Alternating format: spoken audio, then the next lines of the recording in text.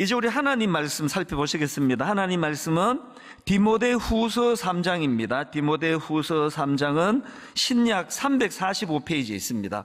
오늘도 다 자리에서 일어나셔서 345페이지 디모데후서 3장 14절부터 17절까지를 한 절씩 돌아가면서 읽겠습니다. 14절입니다. 그러나 너는 배우고 확신한 일에 거하라.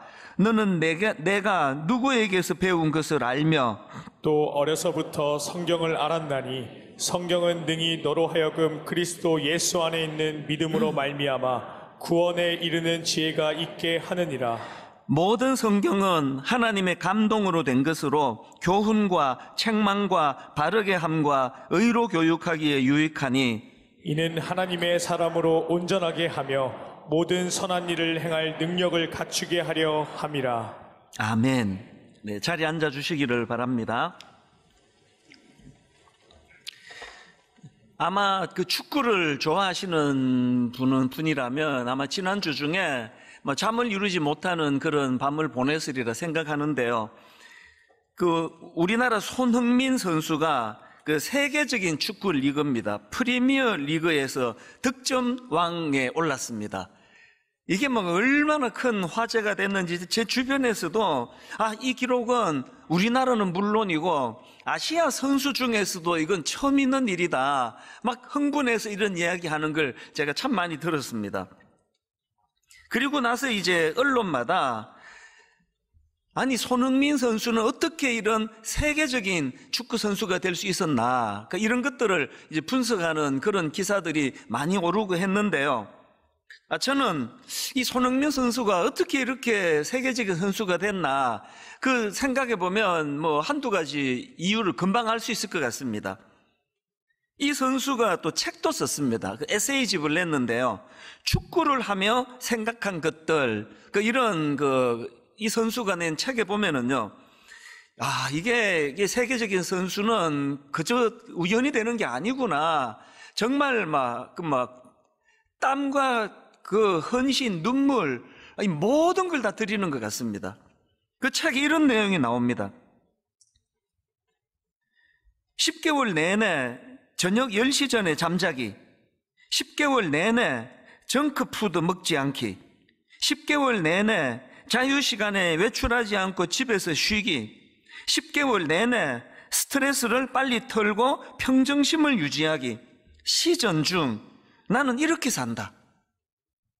이게 여러분 피가 끓는 20대 청년의 때에 모든 거 다 포기하고 축구 하나 이거 말고는 아무것도 안 하겠다, 그런 결의가 생기는 그런 내용의 글들 아닙니까?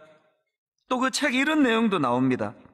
내가 힘든 티를 낼 때마다 아버지는 성공은 선불이다 라고 말씀하셨다. 지금 인생을 투자해야 10년, 20년 후에 결과를 거둘 수 있다.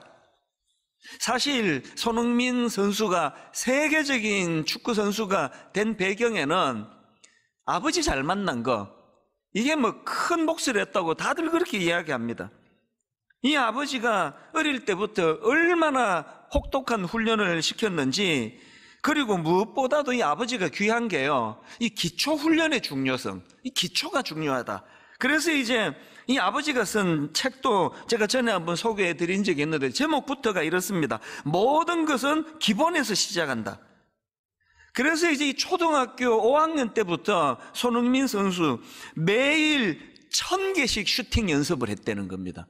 500개는 오른발로, 500개는 왼발로. 그래서 이 손흥민 선수의 굉장히 강력한 특징 중에 하나가 기회가 오면은 오른발 왼발 가리지 않고 바로바로 슛을 날릴 수 있으니까 그게 얼마나 강점이겠니. 이게 초등학교 5학년부터 시작된 기초 훈련에서 자리 잡게 됐다는 겁니다. 세월이 흘러서 손흥민 선수가 이런 고백을 했습니다. 지겹도록 반복했던 기본기 연습이 오늘의 저를 만들었습니다.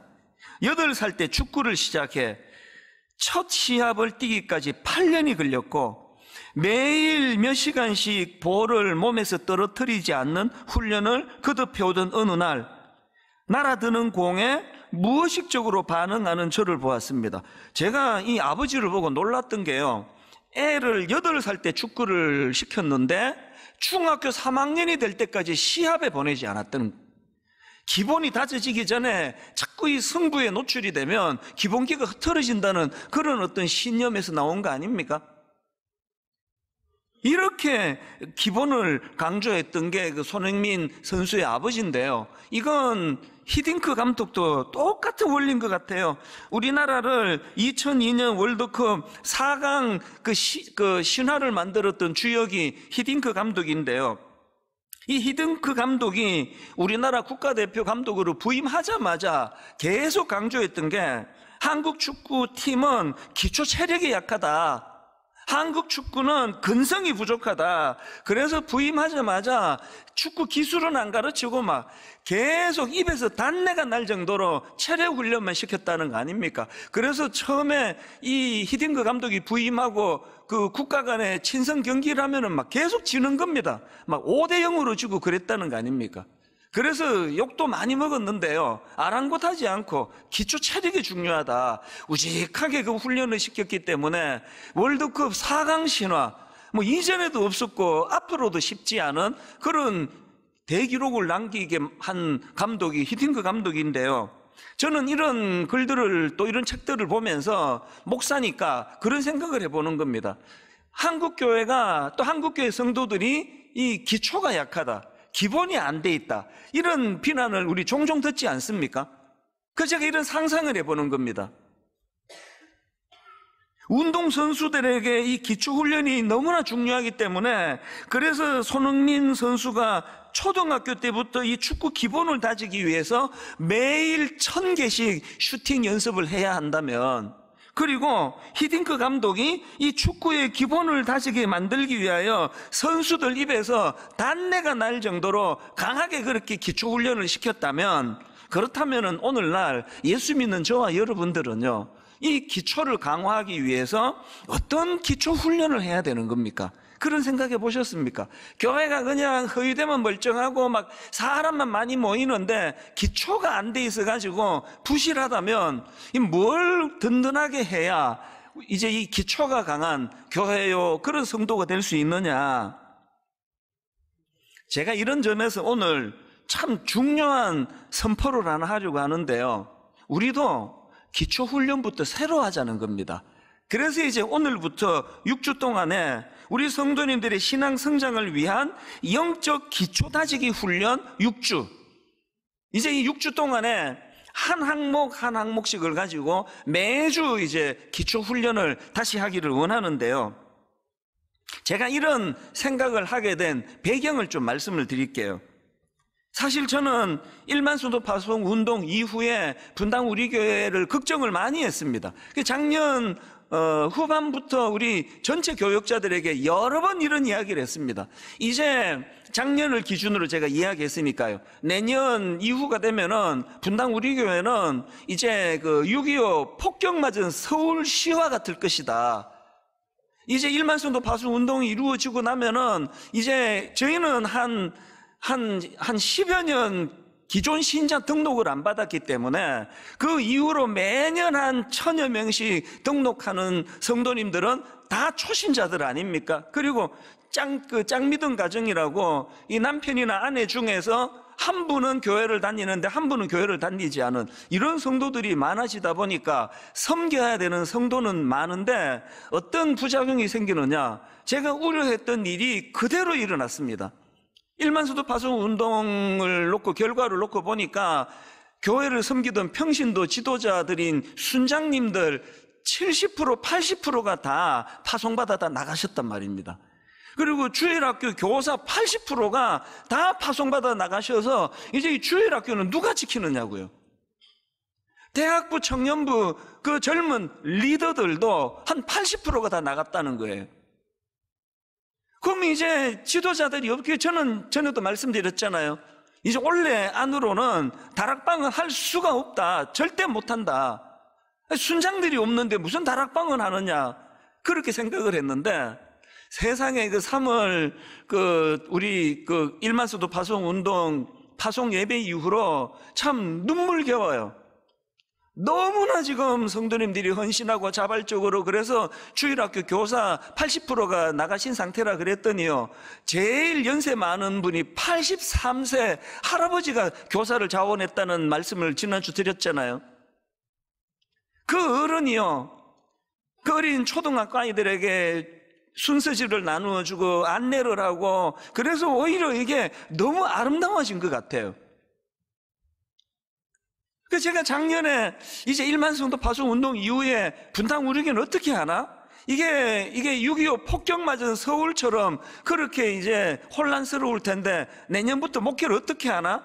그런 걱정을 많이 했는데 하나님이 놀랍게도 저에게 전화 위복의 꿈을 주셨습니다. 그러면서 어느 날 그 시카고 대화재 사건을 떠올리게 해준 겁니다. 제가 시카고에서 살았기 때문에 그 내용을 잘 알아요.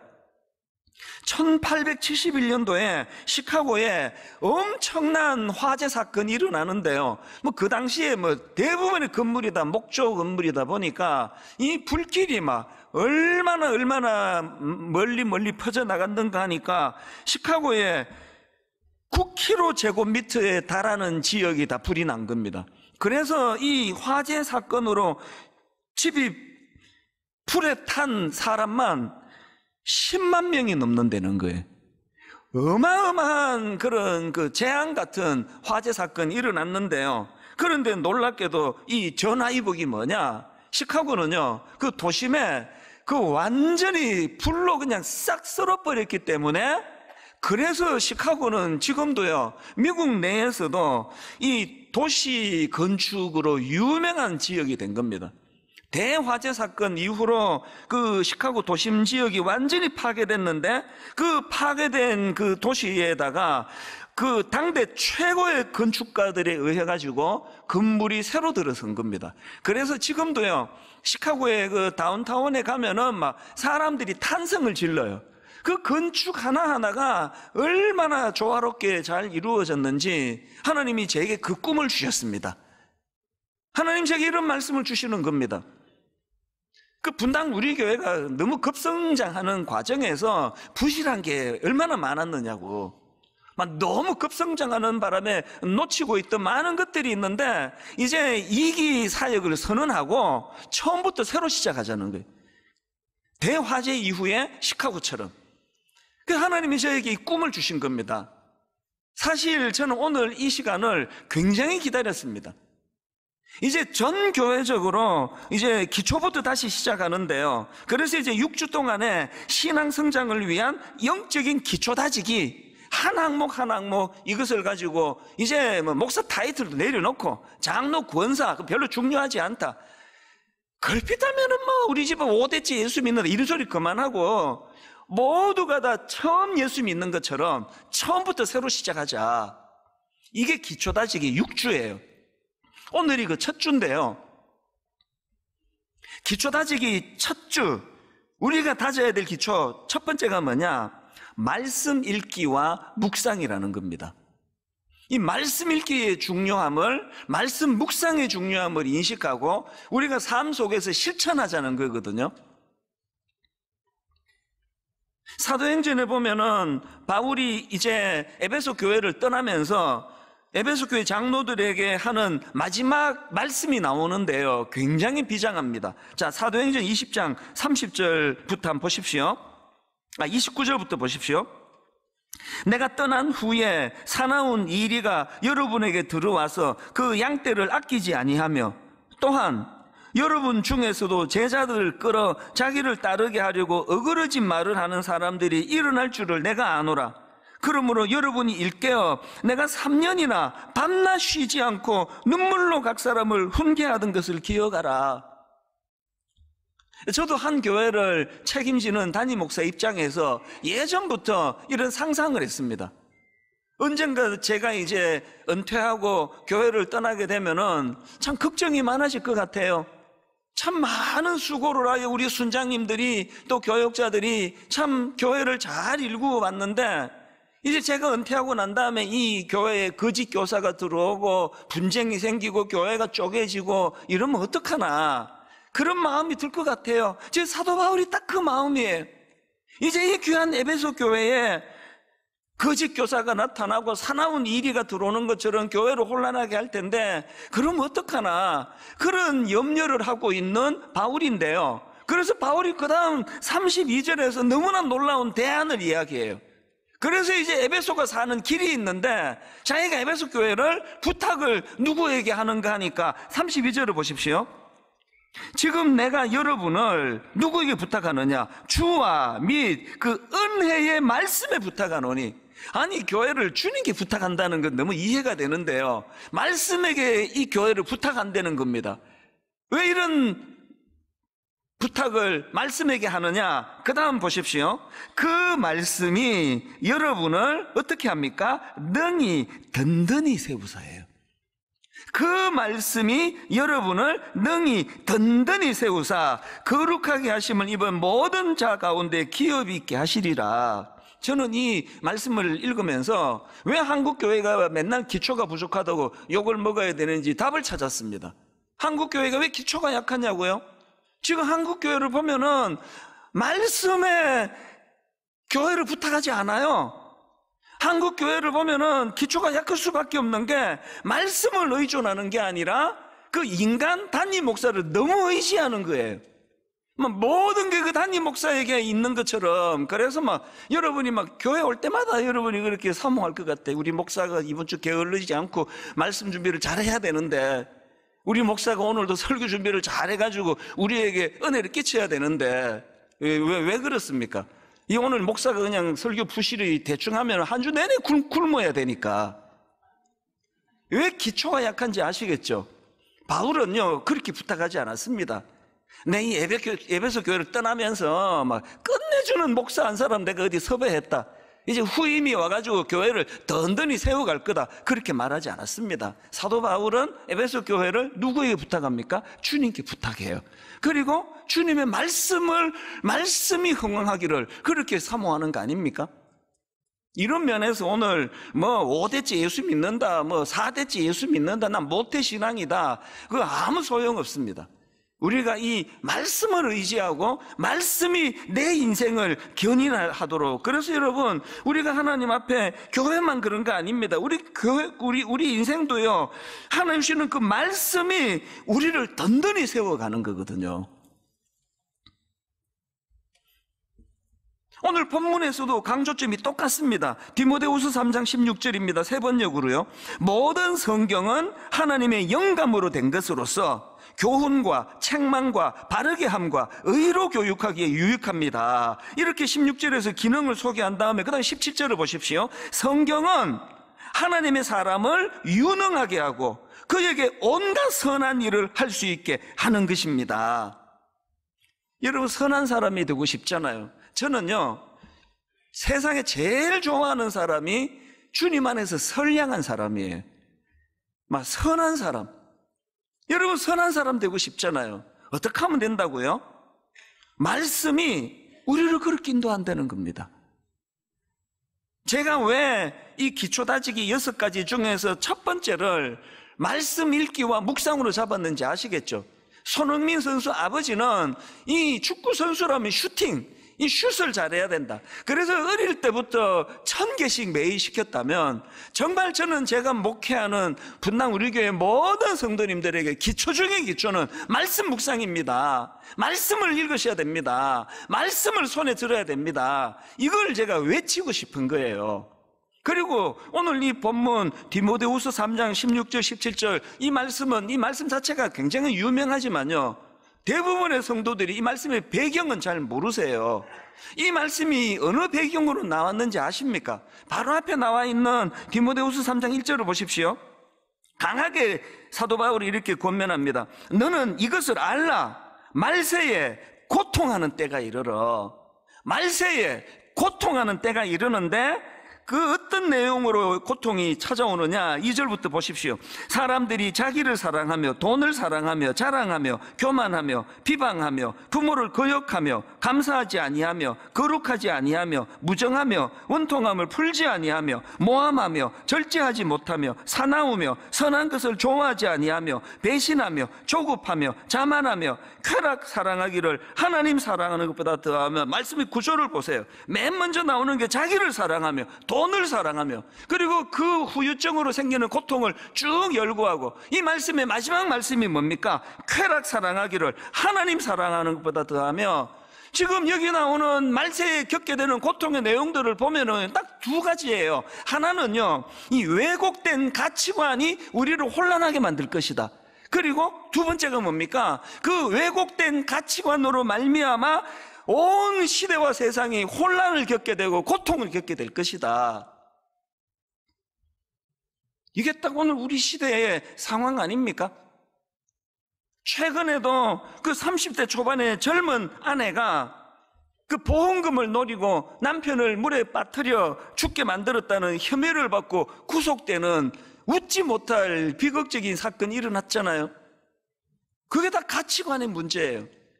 이 여성이 진짜 그 남편을 그렇게 살해했다면은 이유는 딱 하나예요. 가치관이 잘못된 거예요. 뭐 가정이 뭐가 중요하냐? 돈이 중요한 거지. 그 남편이 벌어다 주는 그 돈 갖고 뭐 무슨 재미로 사느냐고. 목돈이 필요한 거지, 거금이 필요한 거지. 그래서 남편을 죽였다고 한다면, 그리고 뭐 이런 사례는 뭐 그냥 뭐 잊혀질만 하면은 계속 나오고 있는 거 아닙니까? 가치관의 문제예요.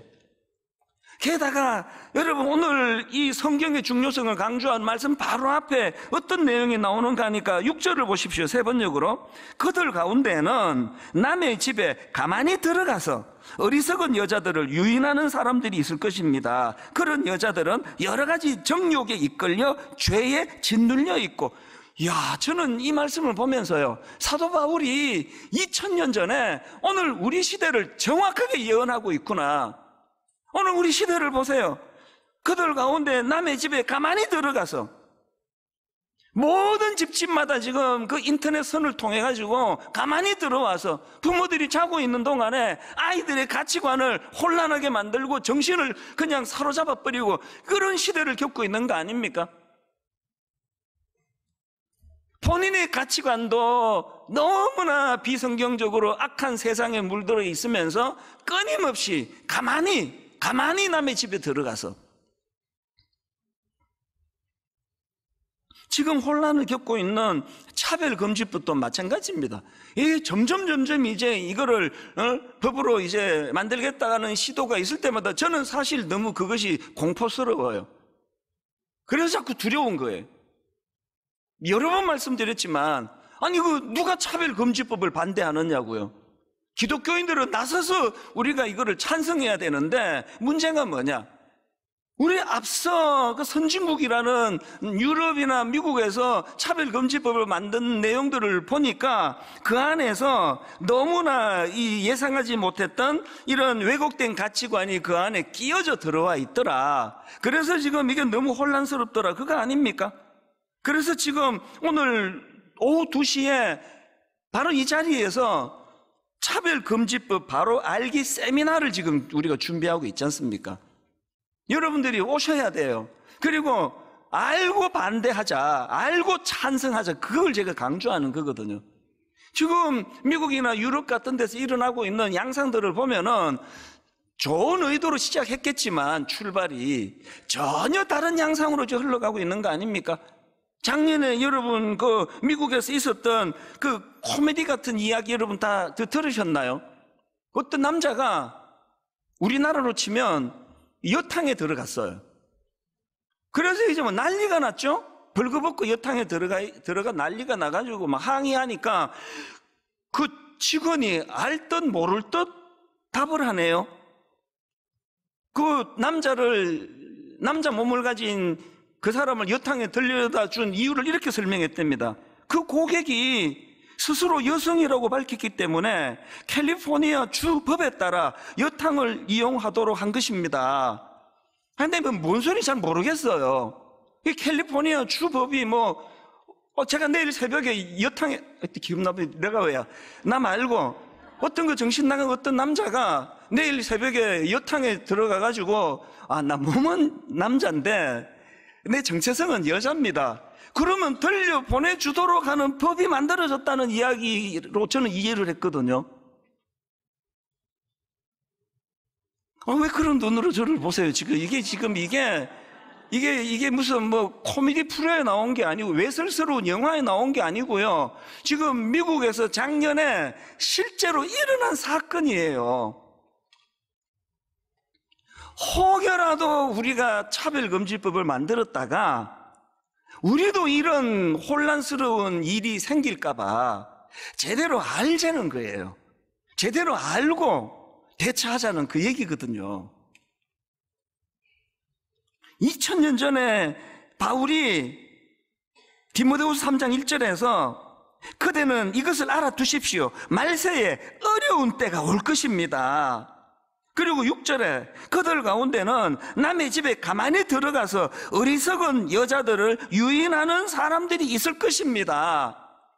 그리고 나온 게 유명한 본문 디모데후서 3장 16절이라니까요.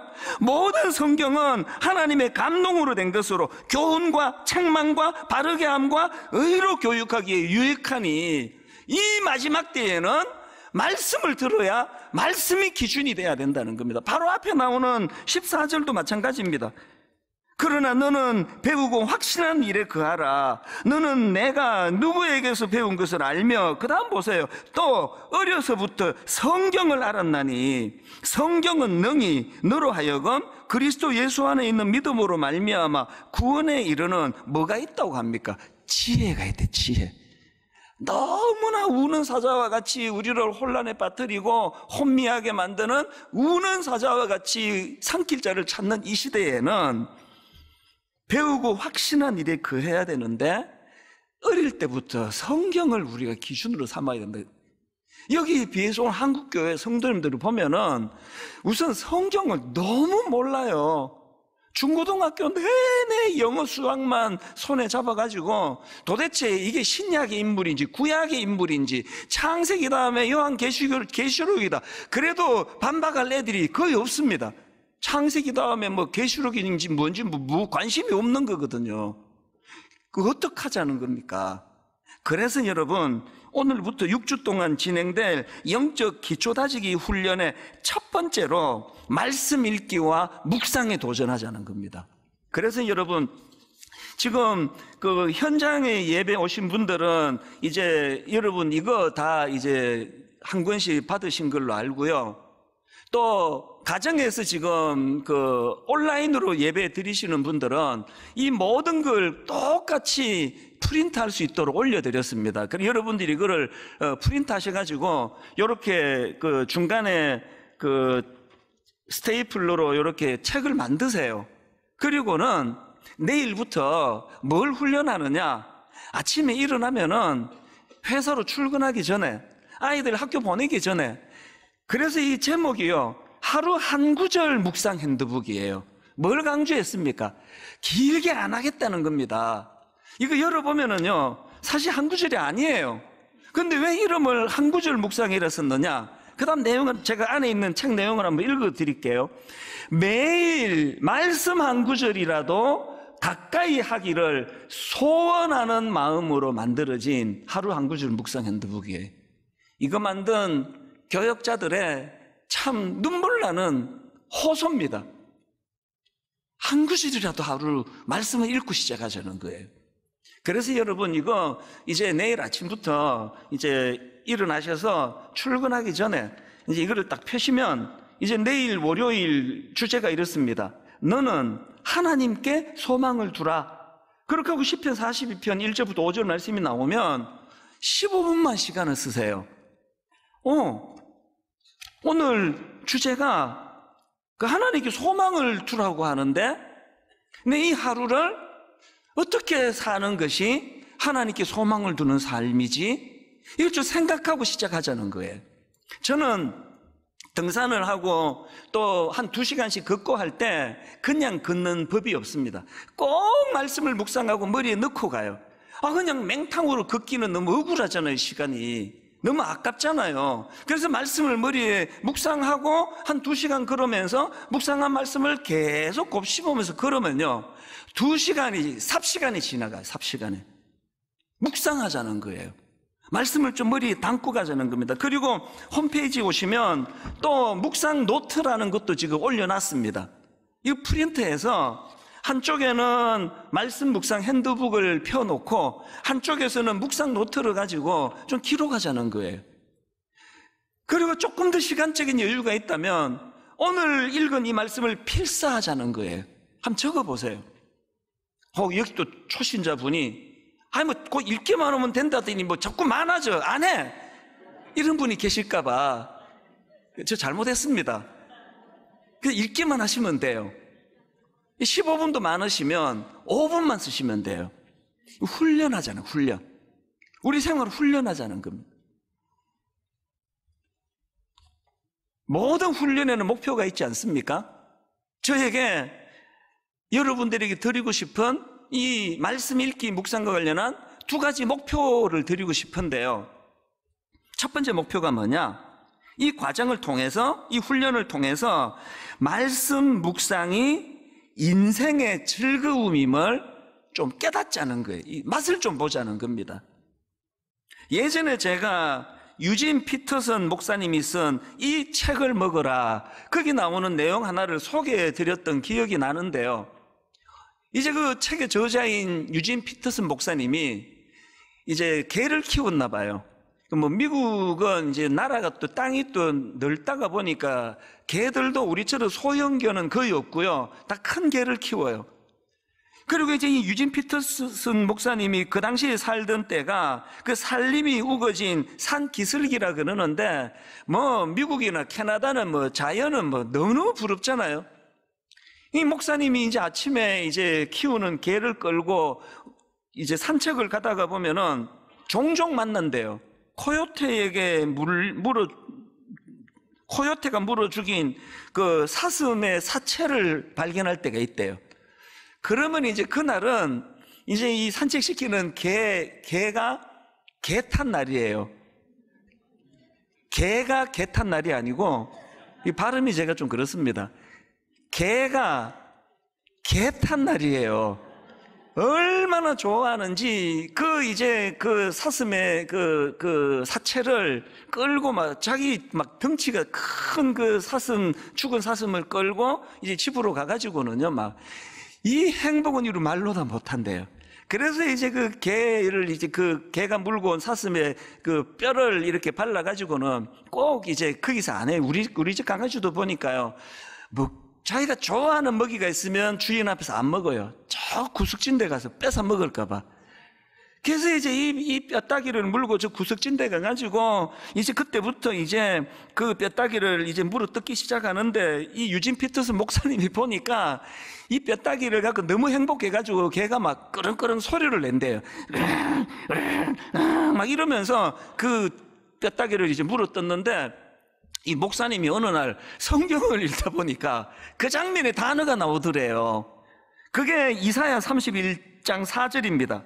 큰 사자나 젊은 사자가 자기의 먹이를 움키고 으르렁거릴 때에, 이게 주인 입장에서 보니까 그 개가 먹이 놓고 뼈다귀 놓고 으르렁거리는 단어가 나왔는데, 놀라운 게 뭐냐, 여기 나오는 으르렁거리다, 이게 히브리어로 하가라는 단어인데요, 이게 묵상이라는 뜻입니다.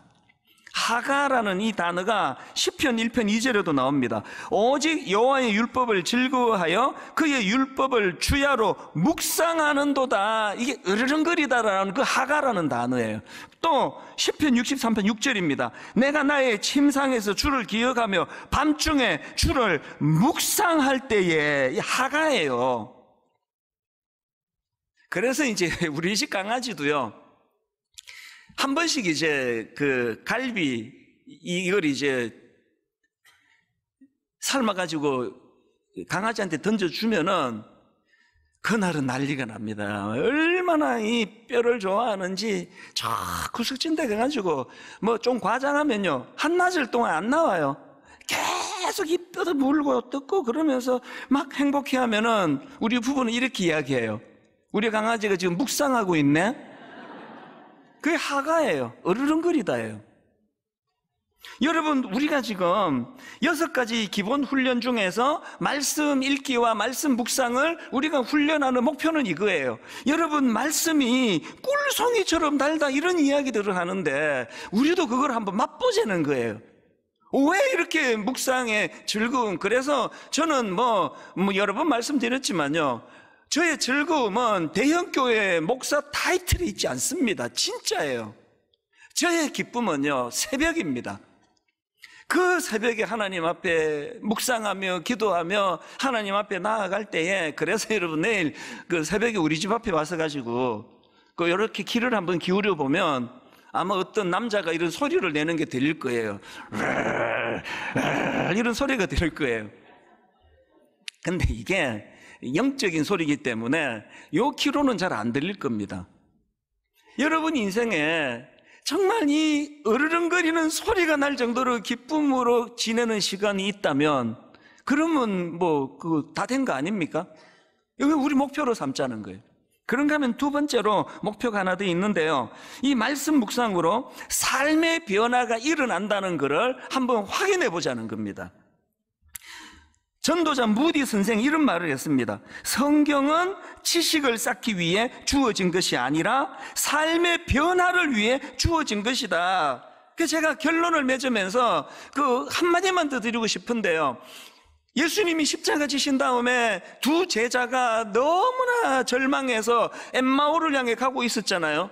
거기서 부활하신 주님을 이 두 제자가 만나서 완전히 회복이 되는데요, 그런데 거기에 이 두 제자가 하는 대화의 한마디가 너무나 중요합니다. 누가복음 24장 32절입니다. 그들이 서로 말하되 길에서 우리에게 말씀하시고 우리에게 성경을 풀어주실 때에 우리 속에서 마음이 뜨겁지 아니하더냐. 지금 낙심해 계신 분 계시잖아요. 참 꿈꾸던 일이 잘 안 돼서 마음이 무너져 계시는 분 계시잖아요. 부활하신 주님을 만나야 됩니다. 부활하신 주님을 만나는데 그것이 무슨 산신령님을 찾는 게 아니고요. 다시 보세요. 그들이 서로 말하되 길에서 우리에게 말씀하시되 우리에게 뭘 풀어주셨습니까? 성경을 풀어주실 때에, 성경을 풀어주실 때에 우리 속에서 마음이 뜨겁지 아니하더냐. 여러분, 내일 새벽부터 정말 제가 눈물로 호소합니다. 정말 여러분, 대선수가 된 손흥민 선수 아버지의 심정으로 부탁합니다. 행복한 그리스도인, 성숙한 그리스도인 되고 싶다면 아침에 말씀을 펴셔요. 5분 읽기부터 시작하자고요. 10분 읽기부터 연장을 하고, 그래서 나중에는 그 좋아하는 그 죽은 사슴의 뼈다귀를 놓고 막 행복에 겨워서 자기도 모르게 막 으르렁 소리를 내는 그 행복에 겨운 이게 하가, 이게 묵상입니다. 묵상. 내일부터 한 주간 전념하여 이 훈련에 마음을 담는 많은 성도님들이 일어나게 될 줄로 믿습니다. 기도하시겠습니다.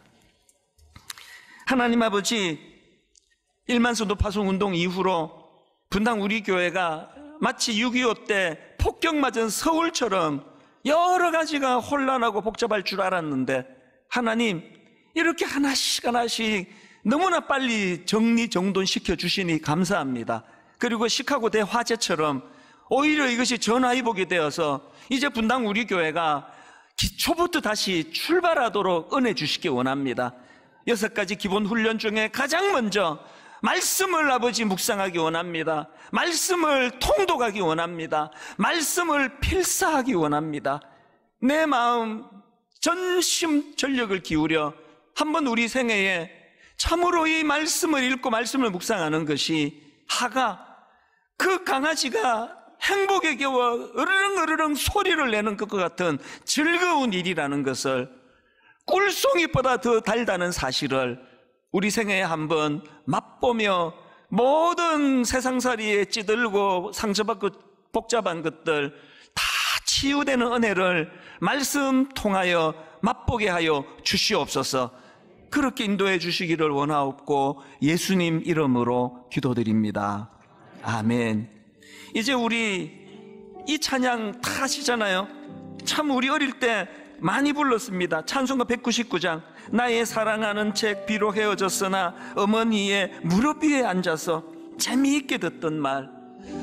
우리가 일대 신앙인이라서 우리가 그 잘 못한다 하면 우리 다음 세대에게 이 찬양의 맛을 보여주면 좋겠습니다. 이제 우리 준비하신 헌금 11개 교회 시드머니를 헌금을 드리면서 우리 함께 이 찬양 기쁨으로 하나님께 올려드리기 원합니다. 찬양하시겠습니다.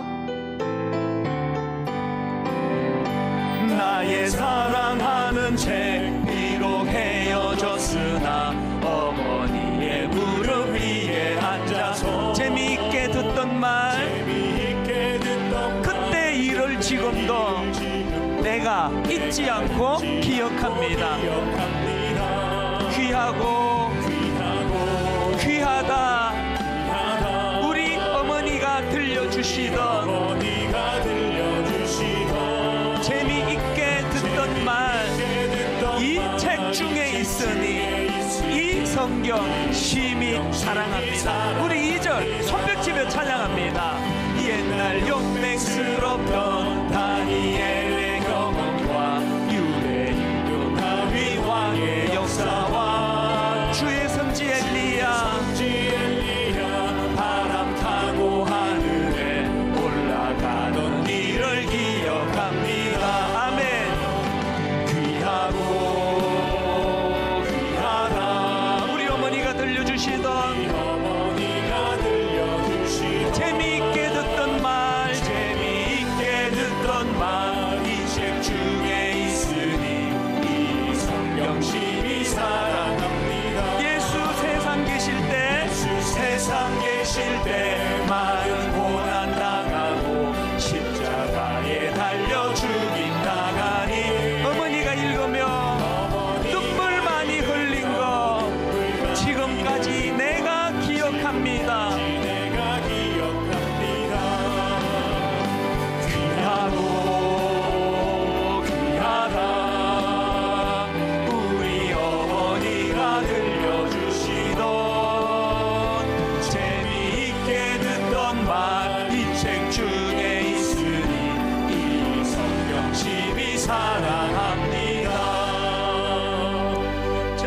찬양을 부르면서 참 마음에 뜨거움이 올라와요. 저희가 어릴 때 신앙생활하던 60년대 70년대는 교회가 아무것도 없었습니다. 이런 전문 반주팀이 어디 있습니까? 막 발로 이렇게 밟아 바람 넣어서 삐걱삐걱 하면서 찬양 불러드리는 낡은 풍금한 데밖에 없었는데요. 그런데 이 찬양을 그렇게 눈물이 나는 거예요. 왜 그렇습니까? 저 가사 내용 그대로가 진짜 제 어릴 때 우리 어머니가 보여주신 모습이거든요. 오늘 우리 자녀 세대가 너무 마음이 아파요. 너무 그냥 입시 그러느라고 이런 가정 안에서 참 행복한 모습을 찾기가 어렵지 않습니까? 게다가 분당 우리 교회는 우리 교회 와서 처음 신앙생활 하신 분이 많다 보니까 어린 시절에 이런 추억이 없는 분이 많으세요. 괜찮습니다. 여러분이 만들어 가시면 돼요. 여러분 자녀들이 오랜 세월이 지나고 참 우리 어머니가 성경 읽으며 눈물 흘리시던 그 모습, 학교 갔다가 돌아보면은 성경 읽으시며 깊이 몰입하시는 그 모습이 지금도 잊혀지지가 않거든요. 우리 다 자리에서 일어나셔서 우리 3절 4절 참 마음의 뜨거움을 가지고, 그리고 정말 하나님 참 말씀 깊이 묵상한 적이 없는 부끄러운 신앙생활인데 한번 다시 도전해 보겠습니다. 내일 아침에 출근하기 전에 긴 시간 할애하지 않더라도 정말 이 말씀을 사랑하며 묵상하기 원합니다. 그런 마음의 소원을 가지고 우리 3절 4절 부르고 함께 기도하고 예배를 마무리하려고 합니다. 예수 세상 계실 때, 세상 계실 때 많은 고난 당하고 십자가에 달려 죽임 당한 어머니가 읽으며 눈물 많이 흘린 거, 지금까지 내가 기억합니다. 아멘. 귀하고 귀하다 우리 어머니가 들려주시던 재미있게 듣던 말, 이 책 중에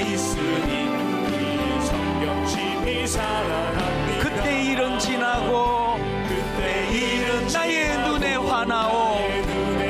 어머니의 말씀 기억하면서 나도 시시때때로 성경 말씀 읽으며 주의 뜻을 따라 살려 합니다. 아멘. 귀하고 귀하다 우리 어머니가 들려주시던 재미있게 듣던 말 이 책 중에 있으니 이 성경 심히 사랑합니다. 여러분, 잔소리처럼 들리시겠지만 제가 정말 다시 한번 눈물을 호소합니다. 기왕 예수 믿으시는데 행복하게 할 수 있어요. 제가 겪고 있지 않습니까? 어제 받았던 그 상처를 다 주님 앞에 회복하고 치유하고 그렇게 하고 출근할 수 있습니다. 하나님이 하루가 시작이 될 때에 말씀으로 시작하고, 그리고 짧게 묵상하는 그 말씀 가운데 내가 오늘 하루 어떻게 살아야 되는지를 마음에 담고 하루를 시작할 때에 정신없이 하루 시작하는 거랑은 완전히 다른, 차원이 다른 그런 여유 있는 삶을 누릴 수 있습니다. 하나님, 우리 두 가지 놓고 기도하기 원합니다. 한번 다시 시도하기 원합니다. 아버지, 내가 정말 기초가 중요하다면 이 6주 동안에 이 기초 훈련 한 번에 시도해 보겠습니다. 두 번째 기도 제목, 아버지, 저의 이런 몸부림으로 우리 자녀들이, 우리 가정이 치유가 일어나기를 원합니다. 말할 수 없는 비극이 일어나는 건 사도 바울이 예언한 그대로예요. 가만히 우리 집으로 침입해 들어온 악한 것들이 우리 자녀들의 가치관을, 우리 남편과 아내의 가치관을 아버지 사로잡지 못하도록 말씀이 그것이 방어의 능력이 되는 줄 믿습니다. 이 두 가지 가지고 한번 집중하여 하나님 앞에 은혜를 구하며 결단하며 기도하기 원합니다. 함께 기도하시겠습니다. 살아계신 하나님 아버지, 진실로 하나님 사모합니다. 하나님, 우리는 참으로 기초가 부족합니다. 인생도 그렇고 스포츠도 그렇고 영적인 원리도 그렇고 하나님, 모든 것은 기본 훈련에서부터 시작이 된다고 하는데 아버지, 우리에게 기초가 부족합니다. 이제 하나님 오늘 말씀에 보존받고 한번 시도해보기를 원합니다. 한번 도전하기 원합니다. 이제 하나님 6주간 우리 모든 그리스도인들이 훈련해야 될 가장 기본적인 6가지를 가지고 함께 우리가 아버지 도전하기를 원합니다. 아버지 하나님, 은혜 주시기 원합니다. 한번 도전할 의욕을 주시기 원합니다. 한번 도전할 수 있는 여건을 허락하여 주시옵소서. 하나님 아버지, 말씀이 내게 꿀송이 같이 달리다는 사실을 한번 우리 인생에서도 맛보기를 원합니다. 말씀이 꿀송이처럼 달리는 이 말씀이 내 삶에 이루어져서 이제 있었던 아픔이 치유가 되고 오늘 있었던 우리 마음의 부담이 이 말씀으로 회복이 일어나며 우리 자녀들의 가치관이 달라지고 모두가 속을 부으며 아버지 그렇게 나아가도록 인도하여 주시옵소서.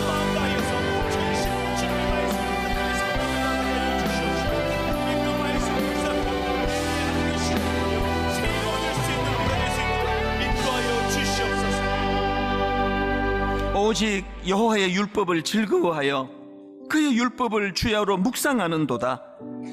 그는 시냇가에 심은 나무가 철을 따라 열매를 맺으며 그 잎사귀가 마르지 아니함 같으니 그가 하는 모든 일이 다 형통하리로다.